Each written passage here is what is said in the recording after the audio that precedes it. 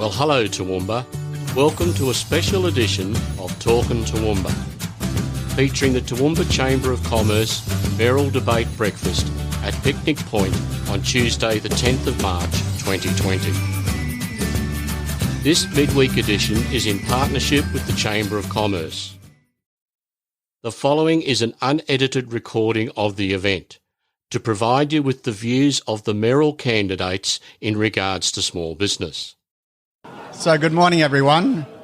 Please continue eating your breakfast as we have a range of formalities to go through before we get cracking. Firstly, can I acknowledge the traditional owners of the land in which we meet and pay my respects to elders past, present and emerging.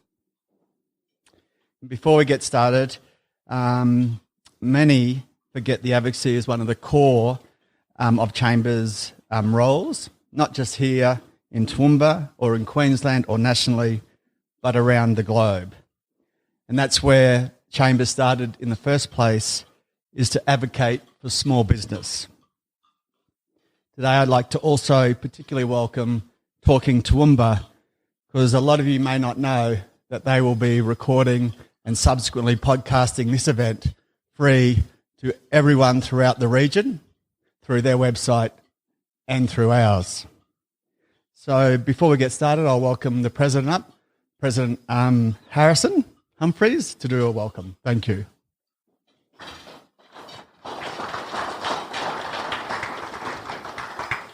Good morning, ladies and gentlemen. It's my pleasure to welcome you to this important event in the lead up to the local government election on the 28th of this month. May I extend a special welcome to the three candidates running for Mayor of the Toowoomba Regional Council, Douglas, Chris and Paul.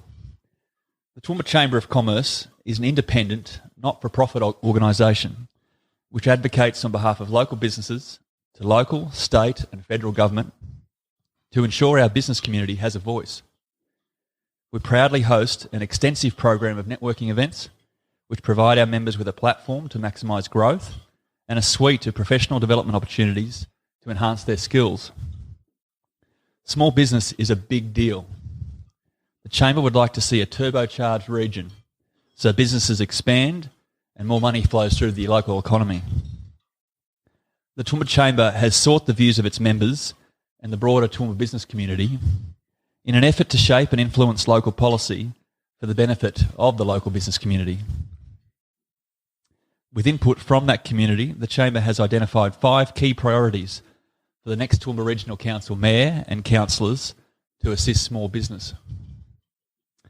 Reducing red tape, putting local procurement first, an incentive scheme for small business, delivery of more major infrastructure and revitalisation of the CBD. We will continue to advocate strongly to ensure the voice of business is heard. Thank you all for coming along this morning. I wish Douglas, Chris and Paul all the very best with their campaigns and on the 28th of March.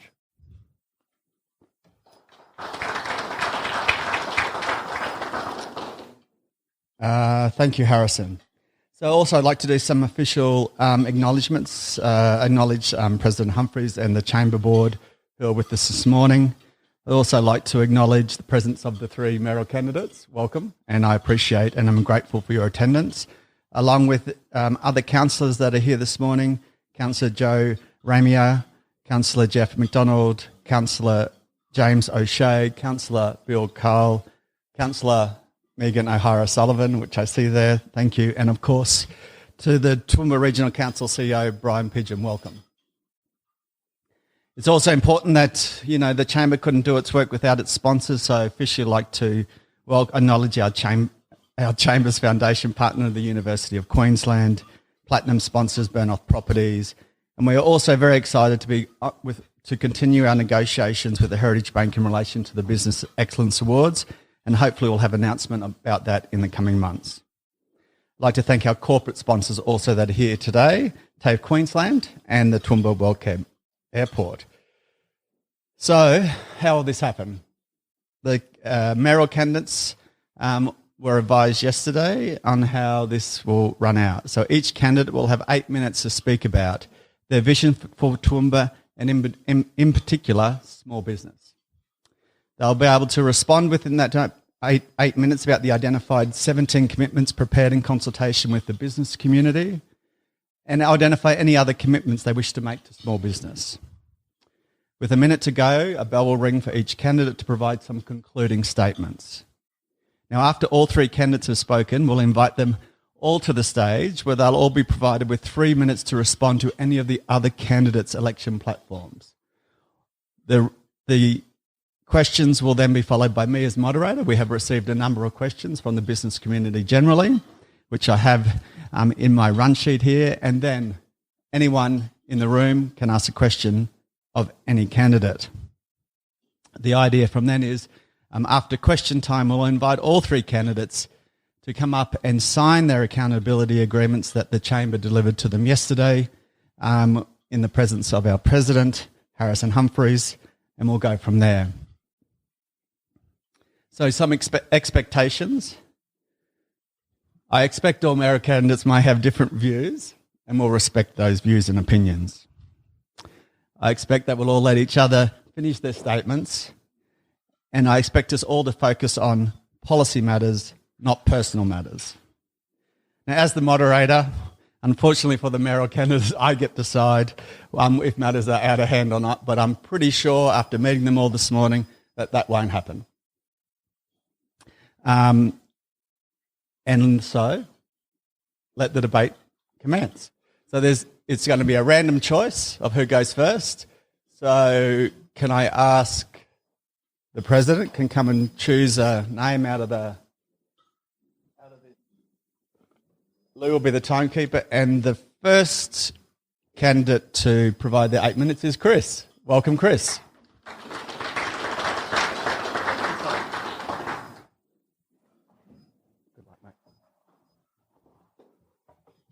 Thank you, Todd. And could I also pay my respects to the traditional owners of the land in which we meet, the Gibel and Jarrawa people. And it's particularly significant that where we are meeting here today on our escarpment. And I want to acknowledge the stewardship of the land that they have shown to our escarpment over decades and centuries before European settlement. Good morning, and thanks for the opportunity to introduce myself to the Chamber this morning. And as you may be aware, this isn't my first dance. We've been here before. These days, I'm usually introduced as the founder of the successful Save Mount Lofty community group. But like the Mayor, this is not my first appearance. My wife Janet and I moved back to Toowoomba in 1987 to raise our family here in my father and my grandfather's hometown. I worked as a lawyer, some of you will know, in Toowoomba from 87 to 2013. Aside from the year of 1994, that was a big year. We took our young family to go and live in Toowoomba's sister city in Japan. I then resumed my legal career back in Toowoomba, including running my own litigation practice here for many years, and that gave me significant experience with dealing with all levels of government. As you probably recall, I was the Labor candidate for Groom against Ian Macfarlane in 2007 and 2010 federal elections. Those were the days. 11% swing against Ian in 2007. He never lets me forget about 2010 though. In 2013, I finished up legal practice in Toowoomba to volunteer as a lawyer to work on various Australian foreign aid projects in the Pacific. And I also completed my Master of Laws degrees in domestic violence, in the operation of domestic violence legislation across the Pacific in my research thesis. This work away from Toowoomba, away from Australia, gave me a significant opportunity to really reflect on the privileged position and the marvellous opportunities available to us here in Toowoomba. When you're living in a first world country, in a third world country, just on our doorstep, it is a sobering experience, but you do spend a lot of time focusing on the challenges that we have back here. Over the last 3 years, I've run the Save Mount Lofty campaign against what everyone, apparently, even our federal member, accepts. It was a bizarre proposal for a massive residential development just up there on Toowoomba's fire-prone escarpment. We've now saved 360 hectares of critical koala habitat, and we launched our concept plan for that land last Saturday. Now the koalas are safe, you'll be pleased to know, safe from the bulldozers, but DHA still wants to build some houses, so we'll deal with that in due course. It's been this Save Mount Lufty campaign that has highlighted for me the glaring flaws in the operation of different levels of government in our community. This has driven me to pursue the necessary change in our local government by nominating to be Toowoomba's next mayor. Any proposal, any residential development proposal that starts with the developer and the local council signing a deed of confidentiality simply to stop residents from knowing about the development must be a fundamental concern. Mount Lofty residents have suffered significant losses in the values of their land and their homes as a result of this failure in council transparency. To date, my mayoral campaign has focused on the need for the next council administration to display full transparency in all dealings with residents and developers. No more deeds of confidentiality. No more backroom deals. And here's a thought. Let's actually have our councillors keep minutes of their meetings and disclose those minutes in real time to the community so that we can regain the confidence and trust of the community with whom we represent. Mine is not a single issue campaign though. I offer a clear alternative strategy to many of the challenges facing our community, including the small business community represented here this morning. For example, I fail to see why the Toowoomba Regional Council continues to fund the Toowoomba and Surat Basin Enterprise Organisation to the tune of $500,000 annually, to the exclusion of other important local advocacy groups. The Darling Downs Environment Council and your Chamber of Commerce both perform arguably more important advocacy work and should get to share in that council advocacy funding. The principal challenge that I see us facing in the Toowoomba region over the next 4 to 20 years is how we manage the expected population growth in our region, given the limited and existing and future rate base and the never-ending demands that growth brings for more infrastructure development. We're living in difficult times.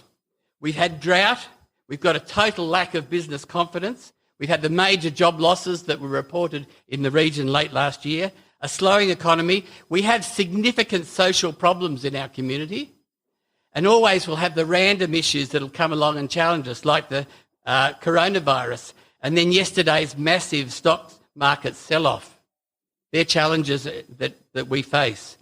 There is a perception in Toowoomba that we have, in the Toowoomba region, an older population, an older demographic. But our median age, and I'd ask you to put a figure on it, the median age in the Toowoomba region is the same, close to the same as the national median average of 38 years.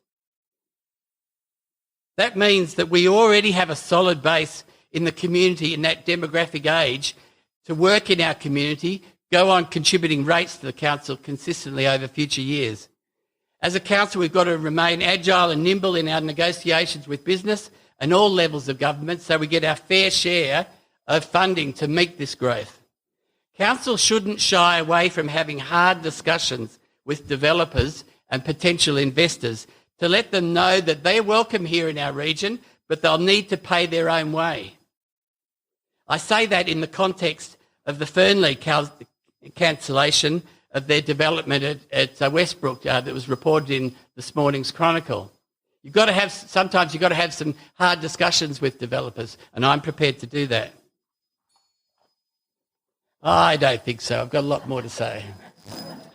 I say well done to the Chamber for publishing your list of business priorities for local government elections. That's a good start. And if those of you that were here with Bernard Salt late last year will see a lot of the same proposals coming forward. I also see your candidates' accountability agreement. Well done. Good try. And I think I've addressed some of those issues in my speech already. Ian McFarlane used to call me a bull at a gate. His bull at a gate, I think he said. I prefer to be called what Mount Lofty people now call me, their dog in the fight, fiercely protecting their bone. I'm sure you'll see this morning to my answers that I have the vigour, the experience and the forward vision to lead the Toowoomba Regional Council. I'll be your dog in the fight for the next 4 years. I ask you, is now really the time to reward our current mayor with a final lap of honour? No, I say we need to start now with the necessary change, and I represent that change. I look forward to your questions.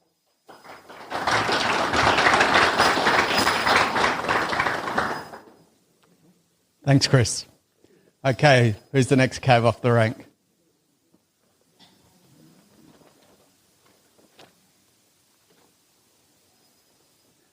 Doug, come up, mate. Please welcome Doug up.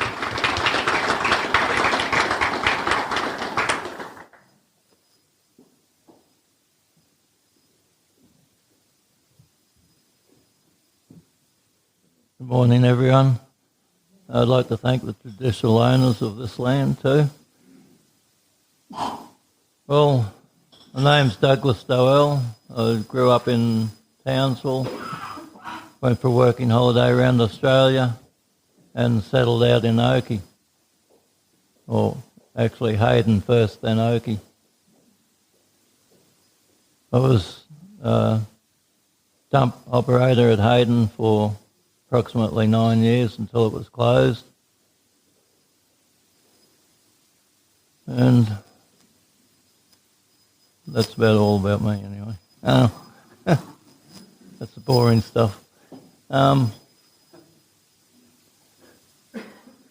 What I'd like to, my vision for Toowoomba is to keep the regional towns going with their small business by not shutting down everything and moving everything away like what's getting done at the moment. Also to repair roads and repair them properly, not just dump a bit of dirt in it and a bit of bitumen over the top and that's it. And without getting to the 8 minutes, pretty well everything's been said, but the Safe Mount Lofty Housing Department, Defence Department, I don't think it should go ahead. It should remain there for the koalas. And all the Defence wants to do is dump the ground because it's all contaminated. Wants to dump it on Toowoomba so that they've got years of money to be spent on it, which can be spent in the local communities. And that's about it from me. It's a short 8 minutes, and just to stop wasting money on unnecessary projects. Yes, I agree with the fast rail to Toowoomba, but to be funded by state and federal government, not to be waste money on by the the ratepayers of Toowoomba. And that's about it.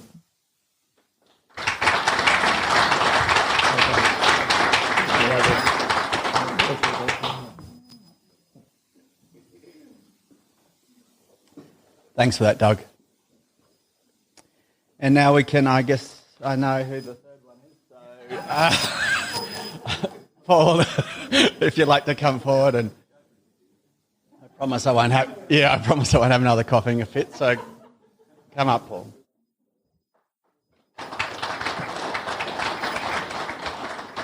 Thank you very much, Todd, and it's great that you've organised this, and can I recognise the work that the Chamber does, but also the cooperative work they do right across the spectrum. I heard TSBE mentioned before. Well, the work that's been done by TSB has been amazing. The cooperation I see with the Chamber, with all levels of business, has provided tremendous opportunity for this community. Can I recognise my council colleagues, the candidates who are here, Chris and Douglas, and can I recognise also our senior staff?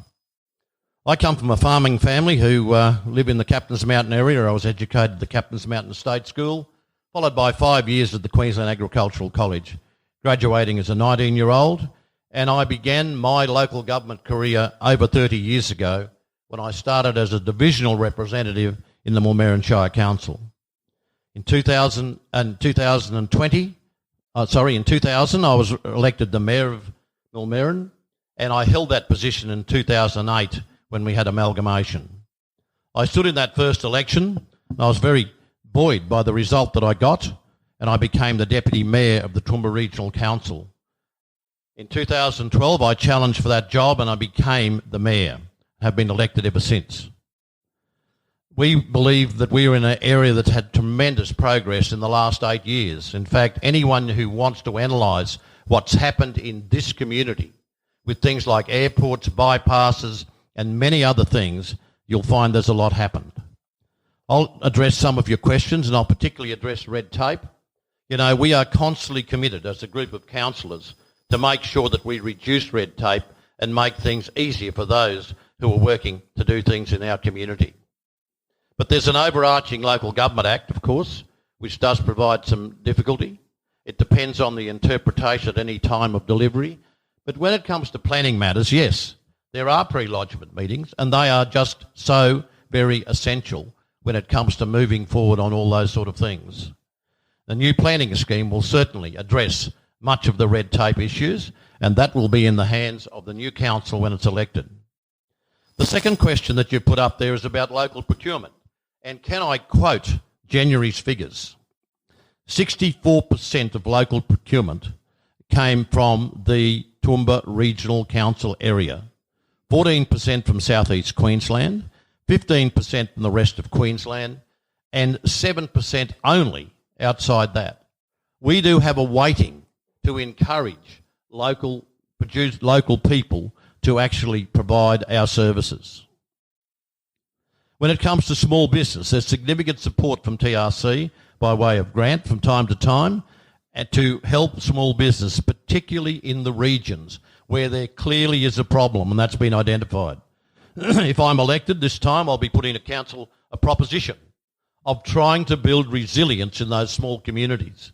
We do not have the broad economy that Toowoomba has in those small regions. And I'd be suggesting that some $5 million per year be allocated from our budget, together with state and federal government money, to make absolutely sure that we can actually get things happening. Tourism is one of the great hopes of that region. When it comes to the infrastructure pipeline, well, stop and have a look. Have a look at the bypass, have a look at the airport, but have a look at the fast train, the 45-minute region. That came out of collaborative working together by the Council of Mayors in South East Queensland, of which I am Deputy Chair. A rail alliance was formed between Ipswich, Gatton, or the Lockyer Regional Council and ourselves in an effort to make absolutely sure that 45-minute region does not fall off the agenda, and we make sure that when the city deals is done and that $57 billion of investment in infrastructure is made by state, federal and local government right across South East Queensland, that we get the benefit. That will certainly mean a great boost for tourism. And bodies like ComSec, a grouping of mayors that represents 1 in 7 Australians, has significant political clout. When it comes to water security, let's talk about the Wivenhoe pipeline and the group of mayors that are working together from Western Downs, Southern Downs, Lockyer Valley, ourselves, together with the Tenterfield Council, talking about a future water grid that crosses the border and gives us water security in the years to come. The Warwick pipeline issue has been changed by us and by Toowoomba Regional Council and by me particularly to talk about a water grid. Why would we not talk about a water grid? And of course the Premier of Queensland is pretty happy about that. When it comes to a stadium that you've suggested in your request, if we get the Olympic Games, once again, another proposition put by the cooperative work that's being done by ComSec, we will have to have a 20,000-seat stadium here. The state government is looking at the Athletic Oval, Berghofer Stadium. We are hoping that we will be able to continue to build or begin to build that wonderful sporting complex that's in our minds out in the Charlton area. We have the land. Improve public transport. That depends very heavily on population, and we're struggling to get the numbers up to make that really worthwhile. But the fifth question you did ask was about CBD revitalisation. Can I tell you, because of the CBD master plan, and there has been over the last 10 years, $800 million invested in the CBD. Okay, a big chunk of that came with the Grand Central. But there's also 2 hotels. One's nearly finished. The other one is well and truly operational. There's the flood mitigation work, which is very significant, which makes a profound difference to that area. So we've got a lot of things happening there. Your suggestion of an advisory group outside of council is fine. Quite happy to work with them as we make sure that this improves. When you talk about parking solutions, Grand Central have got 2,500 parks, and they're actually dragging shoppers away to their area. Councillor James O'Shea and I have been talking to a number of external investors. We have the land. We have the infrastructure capabilities of reducing the infrastructure charges by $1 million if anyone wants to do it. We want it to happen. So we are looking at ways that we can do it. And yes, that was one of those pre-meetings that you have to go to. You have to have a discussion, and you have to make absolutely sure that you can get somewhere with it. So the Civic Square, we are looking at building a new building that's in the planning stages at the moment that would certainly be a big boost to the CBD. Ladies and gentlemen, I assume that was the 1 minute bell? Good. There's been some tremendous achievements in the last 8 years. There's absolutely no doubt about that. When you look at things like the airport, the Pilots Academy, this economy here is absolutely bouncing. The responsibility each and every one of us who sit around the table soon will be $4.5 billion responsibility in infrastructure, over a $500 million budget, and we really need to be sure that we understand the complexities of all that. We will continue to advocate for this community. We'll continue to advocate with the mayors from South West Queensland, which is a grouping I've started, and we will continue to advocate for better funding from the federal government, which dropped from 1% to 0.55% in recent times. I absolutely commit myself to the next 4 years, and I will continue to work as hard as I've been working for this community, which is a 7-day job for me. Thank you.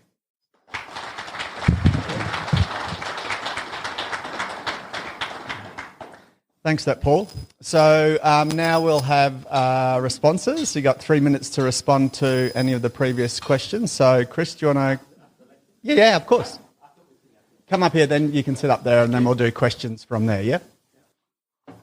Okay, I think we need a bit of realism in this debate, and to say that our economy at the moment in our region is bouncing is just a total misrepresentation of the facts.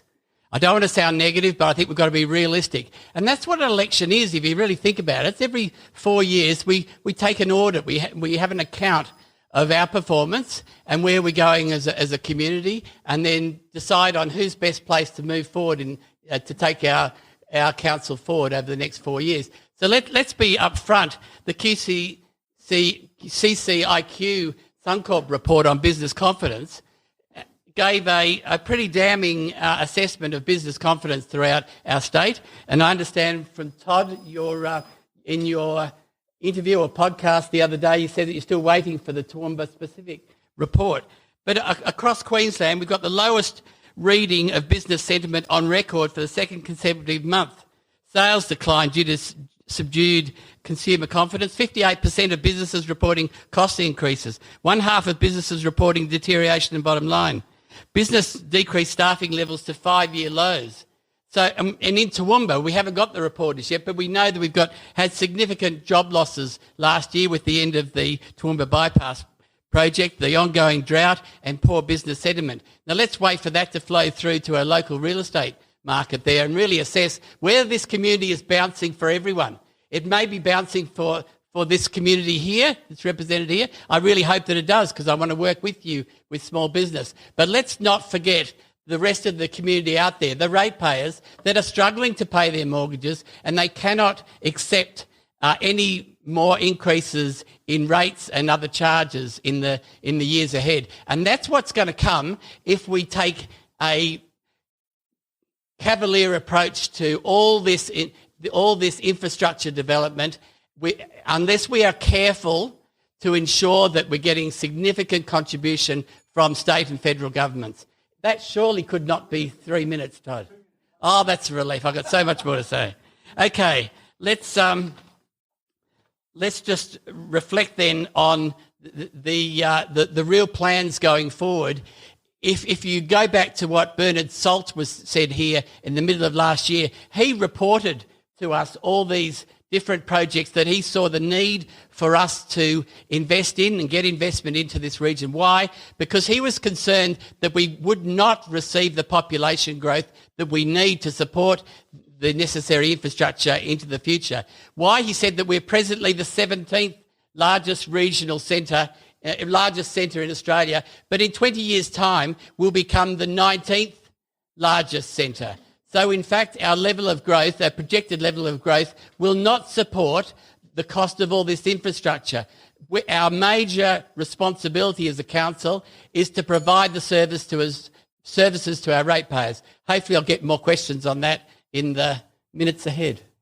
That could not be 3 minutes, Todd. That's terrible. Doug, would you like to come up and... You don't? You want to just come and have a seat then for questions? And so Doug's declined Paul to make a response, so I'll get Doug to grab a pew. And Paul, we'll give you 3 minutes to respond. Thank you very much. Ladies and gentlemen, I'd certainly very proud that we're part of Toowoomba. And I want to just tell you a few things about our economy here. Our economy is broken in the TRC regional area through $11 billion in our economy here, underpinned, of course, by the stability of health and education, the major employers in this region. We have had economic growth in this area for 10 years at a level of 3.9% average.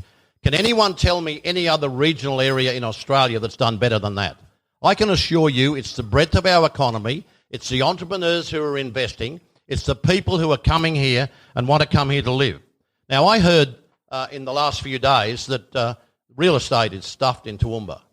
So I took some time yesterday and I had the company of Joe Ramier to talk to the senior executives of Ray White in town here. And the story that I heard is there's 4,000 houses on the market and no one wants to buy. Well, the story is different. There are plenty of buyers coming to Toowoomba. There are plenty of buyers. And Ray White, who sell real estate, cannot get enough houses to list. They could list plenty more, and they're selling 35 or 40 houses a month. I'm not taking a cavalier approach to this, ladies and gentlemen. I'm taking a very strong, stable approach. This community is worth fighting for. That's why we've done what we've done. The very first meeting I had soon after I was elected mayor in 2012 was with some members of the press at that time, and I told them one thing. I'm going to be positive about this community. You can call it lucky, you can call it blessed, you can call it whatever you like, but we're fortunate to live in this place. One of the best economies in Australia, regionally, one of the best places to live regionally, and I'm not going to sell it down. There are 85,369 jobs in this region, and the statistics that I have showed me that the growth in jobs in this area was 1.72% in the fiscal year where we went through $11 billion GRP. We've got 1% growth in population. We've got 1.72% increase in jobs. There are people coming from far away to make sure that they can, in fact, live in this place and work in this place. So I'm sticking by Toowoomba. I'm going to be positive for Toowoomba. I look forward to doing that for the next 4 years.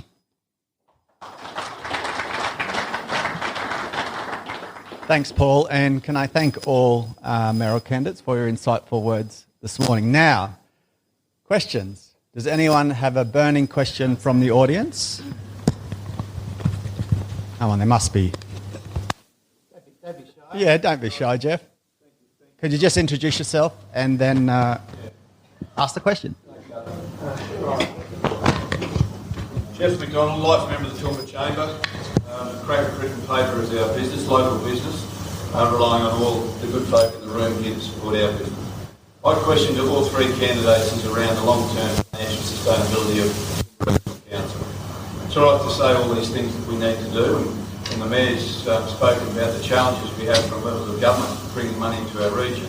But how do we balance economic growth and livability with a long-term financial sustainability model that's at pressures each year? Can I take that? Yeah, Chris, you go first, then we just pass the mic down the line. Yeah, I think it's important to really see the key to development of and prosperity of regional areas. And once again, I'm not the biggest fan of Bernard Salt, but he did give some really interesting insights into the keys to achieve prosperity going forward. And his major point was getting alignment with our community. We have to be focused. This isn't particularly working, but never mind. Can everyone hear me anyway? No, it's working. Right, I can't hear it. Okay, we need to get alignment in our community. Everyone's got to sign off on where we're going, understand what the plan is, and move towards together, all parts of the community working towards that goal. The real concern that I have is that we're not, as a community here, taking our, the council here, not taking our community with us to explain the challenges that we have in funding all this infrastructure that's coming forward. I as an example of that, just recently, prior to his retirement, Councillor Mike Williams, the Finance Chair, had to come out and explain the basis of the water access charges on our rates, because there is a perception that now that the Wivenhoe pipeline had been paid off and that there wasn't any more call on those funds, and so we shouldn't have that charge on our rates. Well, I think that's an example of where the community, it doesn't and hasn't been told, hasn't been shared with the community, the real cost of this future growth in our community. That they have to appreciate that we have significant decaying assets through our water and sewage systems that will need renewal and replacement over their lives. And that's a major financial commitment and something that the community has to be aware of so that they support us in our plans. Thanks, Chris. That goes to transparency too. We have to be consistent with our community so we get that alignment. Thank you. Thanks, Chris. Doug? Yeah, well, all I want to say is that to stop wasting money on things that aren't really necessary and get on with things that, like, fix things what you got instead of... And the pipeline, well, I disagree. It should be paid off by now for the simple reason when you ask them, I asked them the free of information, I got a whole heap of different figures that doesn't even add up. My calculator must be broken, but there again. They say, when you ask, actually on the phone, ask what you're doing with the money, they say, oh, it's for infrastructure. Well, isn't the pipeline infrastructure? And when you're having a new suburb built, the people the subdividing have to pay for their own infrastructure. And the council also got money that they got to pay to the council for infrastructure. So that just doesn't wash with me. Sorry. But once you get rid of all your debts, you can move forward and you know clearly what you're spending. Thanks, Doug. And Paul? Well, we have a group called the Queensland Treasury Corporation looking over our shoulder. And I just want to thank Arun Patrap, who's one of our senior managers, who's been taken offline to do service delivery review, which is once again our way of looking at making sure that we're delivering our services well. If the Treasury Corporation very clearly gives us an awful lot of advice. And yes, it is true that they're controlling our financial efforts to some extent, but they're telling us that the pipeline and all the water system in Toowoomba, the sewage system, is actually underfunded. It's decaying. And we don't have a choice. What would you rather? No water, no sewage, or pay the rates? And so they've advised us to go forward with increasing that.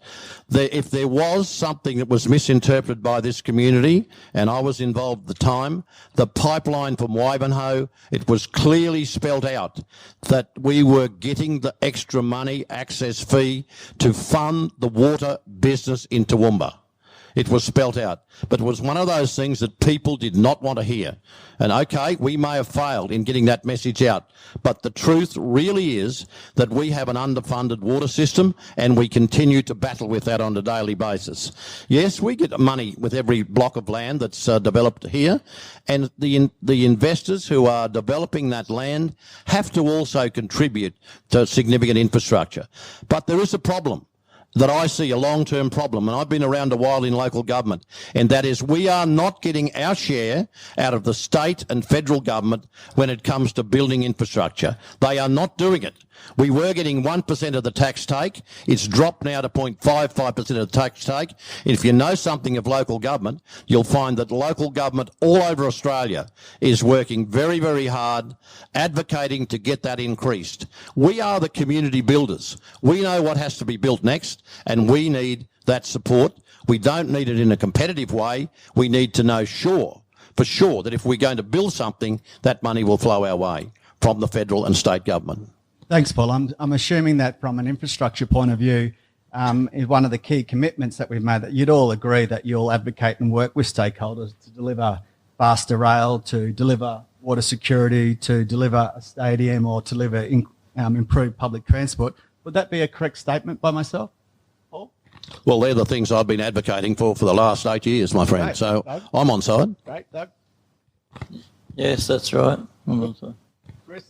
Yeah, the city stadium's a really interesting challenge. Back in 2005, 2006, when I was the federal candidate here, we really worked hard on the Clyde Park proposal to develop the State Hockey Centre there, and to use the area now that's taken by BlueScope Steel and Tilly's Tractor Parts to develop all that land into what would have been at that stage a greenfield site. So that just shows that the foresight and the long-term planning that is necessary to achieve these projects. It's just too late now to really think about having a development such as a large stadium in an area such as the Athletic Oval. And to hear that this morning from the Mayor is a real concern. We've talking here about congestion in the CBD. The parking problems that would come from a stadium proposal at the Athletic Oval just shows a total lack of understanding of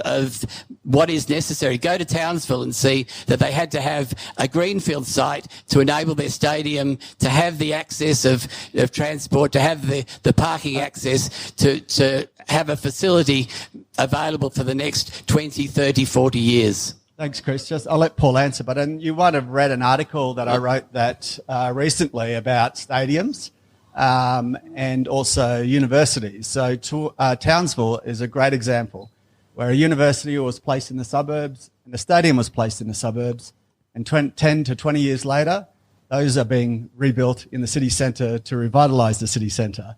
So it'll be an interesting debate, which no doubt will go on for much longer than today, but I'll give Paul the right of response in terms of Chris' question. The propositions being put to build the Athletic Oval to a major stadium is not coming from the Toowoomba Regional Council. It's coming from the state government. Our plan, I guess, and there's no decision been made, but my personal view is if we're going to build a major stadium, why would you not build it at Charlton, right out there on the bypass, so that that becomes a significant regional bit of infrastructure. That's this decision hasn't been made, but it's very interesting. But the Athletic Oval is being pushed at this stage by the state government. Thanks, Paul. The CBD and the Chamber will look at that in the future. Has anyone else? I need another question from the audience. Yes, sir. Shane Egan, Matt Lofty, some of you heard from me already, but I think the council really needs to look at that problem of fire on the escarpment, and I would like to hear where we are with that, and I'd like to see the new council really address, and I'm not talking about Matt Lofty, I'm talking about here, everywhere, about the maintenance of that. So, Shane, it's an important question. I'll give, but this really want to focus on small business initiatives today. It's a very important question, so I'll give you 10 seconds to respond. If anyone wants to respond, 20 seconds. It's a very important issue that has to be resolved. We know all the issues nationally, very important issue. But I do want us to focus on small business. I understand. completely what you're saying about the escarpment, the danger that we face there. Drive around Prince Henry Heights and your heart will miss a beat simply because of the danger there.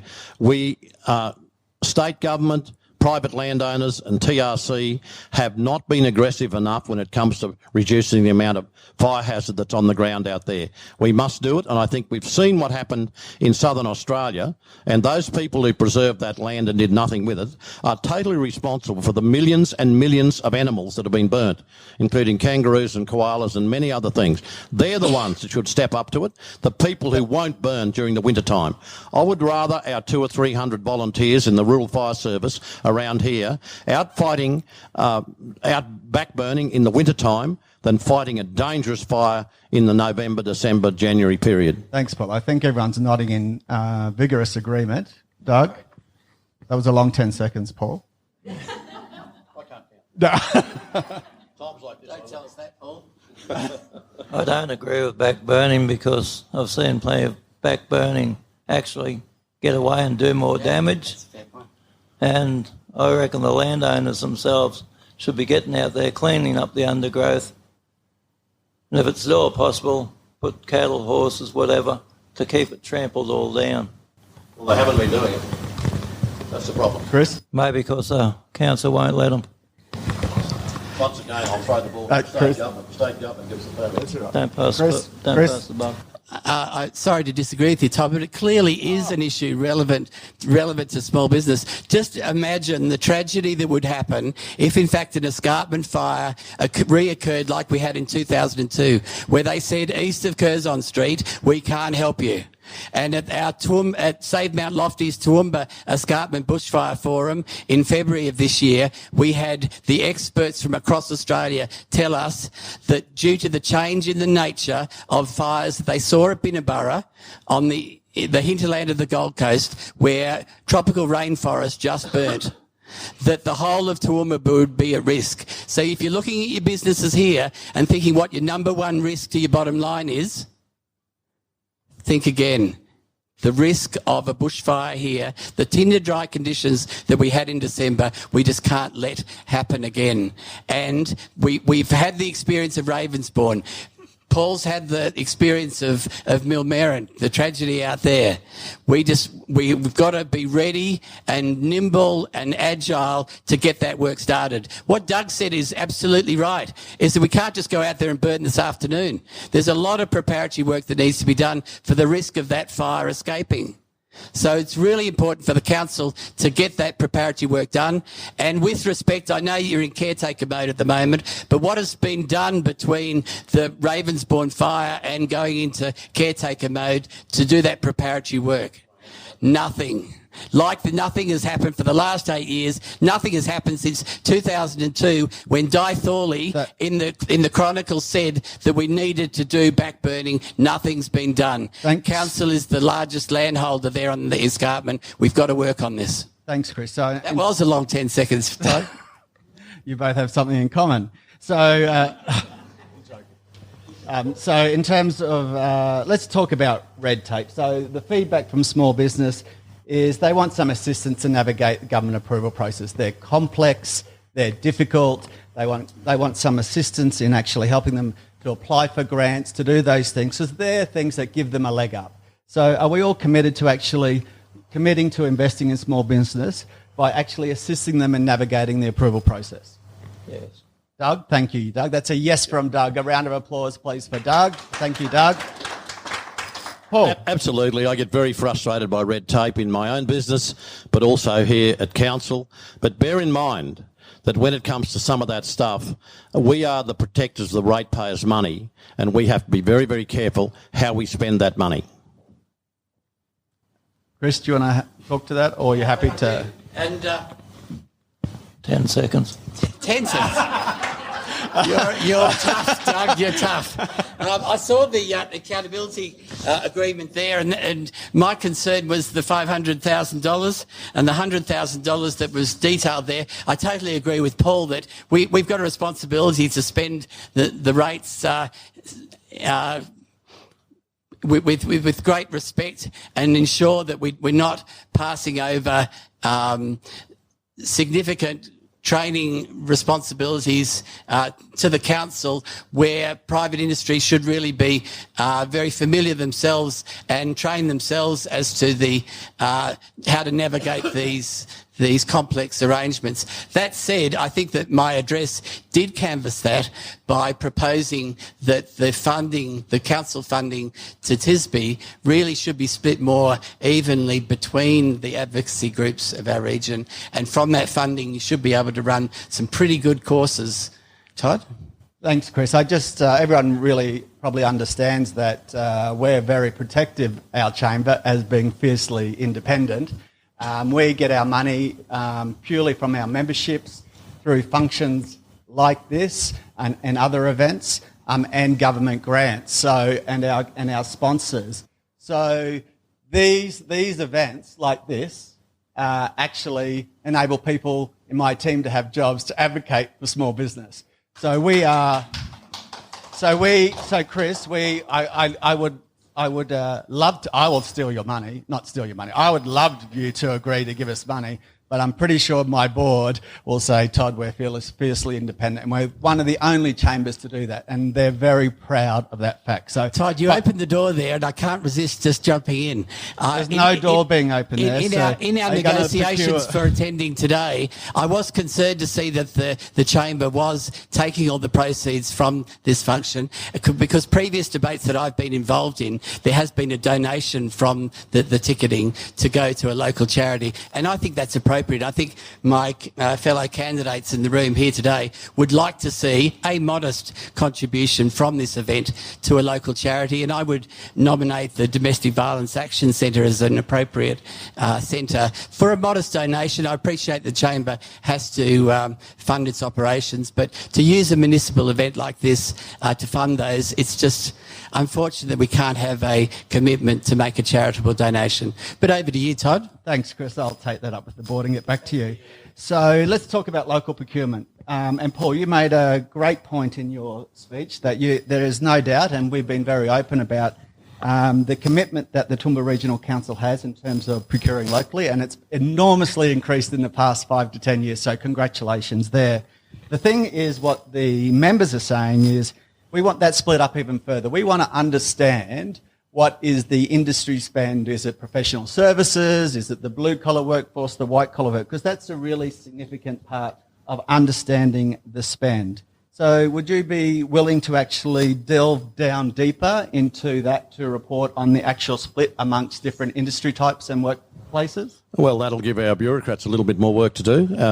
That's okay. I'm sure that Arun, the General Manager of Finance, is nodding, and Brian's nodding.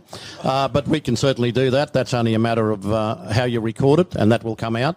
But we're proud of what we've done. And we're also proud of the work we did around the bypass, where there was the commitment was for 75% of that money to be spent locally. And okay, there's a bit of a question mark over locally there at times, but the reality of it was we got tremendous amount of impetus here. The same advocacy is going in behind the scenes with the ARTC project. And I know that Tisby and yourselves, myself, we're talking about, okay, you're going to build a major project. What are the legacies for us? Number one. And might I say, ARTC is looking at a pipeline through the tunnel in the mountain, and that's advocacy on my part, and making absolutely sure that we retain as much benefit to this community in the construction period of any major project. Chris? Yeah, once again, we've got this issue of transparency coming to the fore. I'm all for the advocacy that Paul has indicated there, but as we know, we have to take our community with us in this journey. And if in fact all these things are happening, we need to have the transparency so that the community accepts that there are going to be responsibilities, there are going to be commitments on the rate base from having this infrastructure funded and allocated from our rates base. An example of that is all the off-ramps that were council's responsibility with the bypass. I haven't seen, and I don't think has been published on the council website, the real cost, the full life costs of that commitment to undertake that work, and that will be a significant drain on the rates base in the years ahead. Another example is the Mount Lofty development, of which I'm quite familiar. We have a proposal for the federal government to hand back the 360 hectares of land there to make a Toowoomba park, and that's wonderful. But it does concern me that we have councils jumping with glee as to the gift from the federal government, and that really concerns me because we have to understand with infrastructure we have long-term liabilities that come with that. In relation to that land, we have a significant decontamination problem there. So if we get that land back from the federal government, we have to get a big check for the decontamination work and not get on our hands and knees and be so thankful to the federal government if that money's not forthcoming. Thanks, Chris. Have I got a question from the audience? Rachel Patterson, I'm just wondering if we hear from all of the mayoral candidates in regards to water security. What are your personal positions in regards to water recycling? Doug, sorry, mate, you got the... To water recycling, you might as well go and treat us like a mob of dogs, just go and have a drink out of the toilet. That's what I think of water recycling. It's all right for gardens and roadworks and different things like that, but get a plant made up like Thorley wanted to do and drink it. No thanks. I'd go thirsty. Chris? Rachel, where do I start? The start of my political life was working in Thorley's Water Visions project, and I just can't see us. We're still traumatised in our community as a result of that awful period of time where Toowoomba was labelled for this forward-thinking proposal that would take our responsibilities for our own problems. The fact that we live on top of a hill and we're always going to have stresses on our water supply. So obviously we need to do all we can, and council has been behind the scenes, has been doing all they can in the years since the Water Futures debacle. And I certainly, in my administration, in the Toowoomba Regional Council, would be wanting to build bridges with the community and to reassure them. In my door knocking, it's just shocking to say, but in my door knocking, I still meet old ladies that are boiling their water because they're fearful of the hormones that are in the water supply. Now, once again, that's transparency. We really need to work as a council to reassure the community out there that the council is doing significant work to secure our water grid, but that the health of the community will never be at risk. And that's a challenge because of what we went through. What is that, 14 years ago now? And we've just got to make sure that we move with our community. And that's the big point that I'm coming back to again. We've got to get that alignment, get everyone signing off. If we're going to spend big money on water infrastructure, which we'll need to do, take the community with us. Thanks, Chris. And Paul? There's no doubt that water debate was Toowoomba's darkest moment, and I think when you reflect on it, it was very, very poorly handled, probably by both sides, and didn't do this community one bit of good. Recycled water, no doubt, has a future in Toowoomba. I don't know if you're aware of it or not, but we're one of the biggest users of recycled water when it comes to the New Ackland mine, when it comes to many other things. The Mulmerran Power Station is using recycled water. They're recycling it, and that's the purpose that I see for it in the short-term future. But almost every country in the world is recycling water. In fact, there's someone from America told me it's recycled 13 and 14 times, which means it goes through bodies 13 and 14 times. And I think ultimately, if you were building a greenfield city, would you put it right on top of a ridge 700 metres above the Wivenhoe Dam? I don't think you would. You'd probably build it close to a river as they did in the old days or somewhere handy. So the recycling of water has to come in various forms. At this point in time, I don't particularly think we'll be drinking it in the short term. I'm sure we won't. But sometime in the future, water use is going to become a critical thing.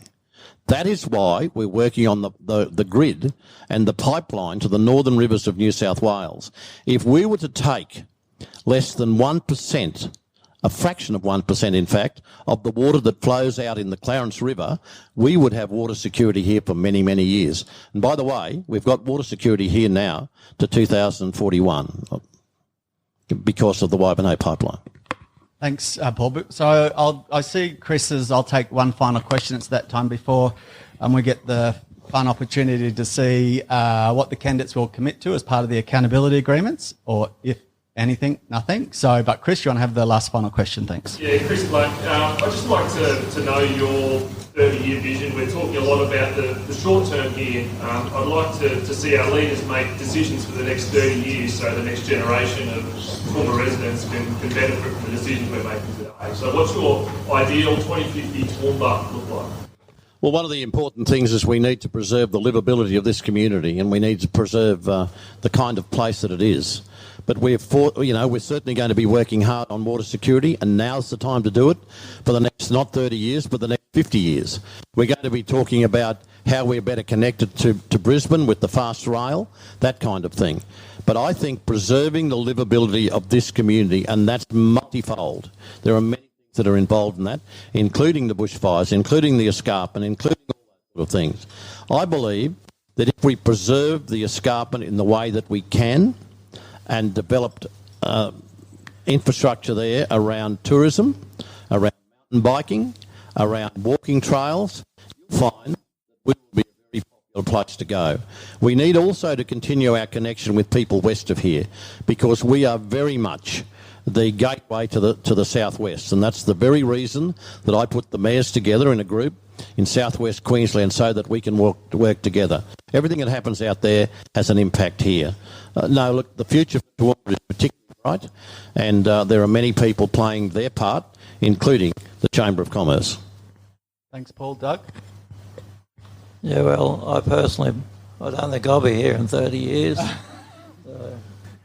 I like an honest politician. But actually, water security is the most important thing. But not only water security, affordable water security, not just start treating everyone like a cash cow. Fast train from Brisbane, yes. Bring more tourists, spend more money, bring more people up. And no drinking toilet water. Thanks, Doug and Chris. Yeah, thanks, Chris. And that's a really interesting question to end this debate on. As I said earlier, the median age in Toowoomba is 38 years, and so that we need to have that vision to ensure that we're properly representing half the population that's out there. And that's from what I see gives me great confidence that we can look to the future, having the rate space available to us to afford some of these marvellous projects. Biggest supporter of the bid for the Olympics in 2032. Absolutely, we as a family we have a little thing about Olympics and the legacy that can bring to a region. So that's a really important focus for us to have. The major concern, once again raised, Bernard Salt's presentation last year, he identified the one stumbling block to that, to achieving those 30-year plans, and that is to address the drift of the youth from the regional areas to the big smoke. All too often, the youth here, our talented youth, are moving from Toowoomba down to Brisbane or to the southern states. You think we've got a problem? Think of the drift from Clifton and Yarraman and Millmerran into this city and further on. So that's something we really need to address if we're going to have the sort of community that is attractive for people to live here. So what's the answer to that? I see it in particular being our links with the TAFE and USQ. We need to ensure that USQ gets the federal government funding in the faculties to enable the really talented kids, the youth that we're producing here,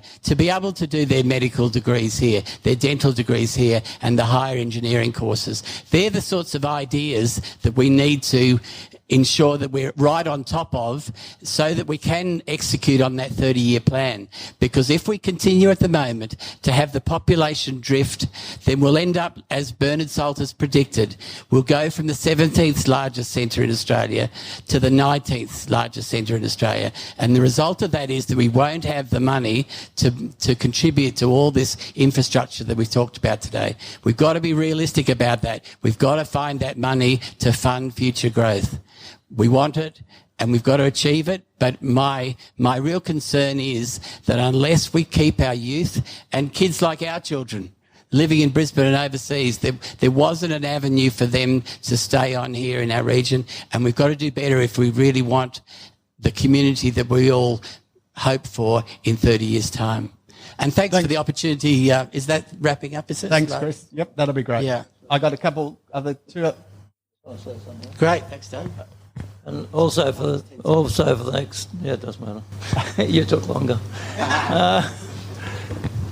Also for the next 30 years, don't shut small towns and communities down. Support them; they're part of the region.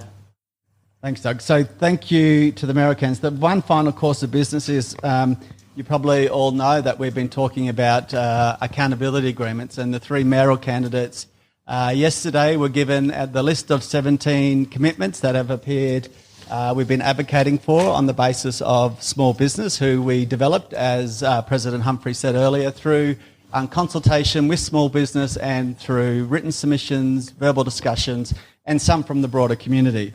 So it's really up to the candidates. They can either tick the boxes and commit to certain things, which when we want to get them back in 100 days to report on what they've done for small business, or they can not do it. So it's really up to you. So, Doug, what do you want to do? I'll commit to some things, but not knowing what the funds are in the council at the moment, I can't. I won't. No, Doug, that's fine. If you want to just tick those, and we'll whatever you want to commit to, and we'll get the president to sign it. Chris, so is anything you want to commit to on the list? I totally agree with Doug. I think the highlight of and the focus of my presentation today is that we need to be realistic about the available funds to commit to different levels of infrastructure and other projects in our community. We haven't got just a full bucket to draw on there. So, but I have in my presentation opening indicated where that funding might be able to come from, but I certainly would not and wouldn't dare to commit a future administration to such funding without really understanding what other sources of finance could be available. Yeah, that's to fine, the Chris. So nothing from you to sign. And Paul? Well, I'm quite happy to sign it. There's a couple of areas where it's certainly going to lead to some discussion between yourself and myself and Harrison. But in saying that, don't underestimate the strength of the Toowoomba Regional Council's economy. And that's not judged by us. It's worked through by us and worked through by the likes of Arun and Brian. But the reality is it's been recognised by the Queensland Treasury Corporation, who have a very serious set of eyes watching everything we do. I'm happy to commit to it, but there will be some discussion. That's conditional. We'll have that as an extra clause that you and I'll both sign. Absolutely. Right. All right, can we thank the three mayoral candidates for their time today? And I'll just wrap up. So, mayoral candidates, once you've done your duties, if you want to tick some boxes or not tick some boxes, I'll give you one anyway, Chris, just in case you change your mind. I've got one here, you're right. Oh, you got one. I'll certainly be signing off on the stadium, absolutely. Yeah, good. It's good. It's good to see. All right, so Harrison will come when you're ready and he'll co-sign for you. So can you please put your hands together for the mayoral candidates? It was great to hear what they had to say today, and it's a very important time leading, and a very important role in terms of leading a city for the next 4 years. So quickly in terms of wrap-up, can Can I also thank Toowoomba Talking, because as I said at the beginning of the show, this is being recorded and we podcast through their website and ours sometimes later in the week. So everyone in the Toowoomba community and region can hear what their vision is for small business by all the Mayoral candidates. I'm desperately looking forward to the Council Candidate Forum today on Thursday night. That should be a fun night. I see many candidates here, so thank you for your attendance. And remember, we're going to the Pulse Data Centre for Business at Dusk this month, and if you haven't been there, you should go. We'll be doing tours. It is super, Matrix-like, out of this world. So I urge you to get online. I'll speak to Lou and Deb and book. So just in conclusion, can I thank President Harrison and the board and all the members of the small business and others who are here today. This was all about supporting small business. As Harrison said, 50% of people are employed in small business. 98% of businesses are small businesses. It is a big deal. So thank you for your time today.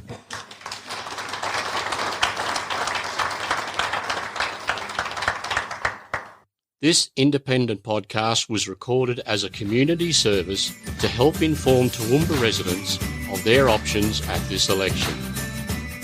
For free and without financial contribution from any invested party.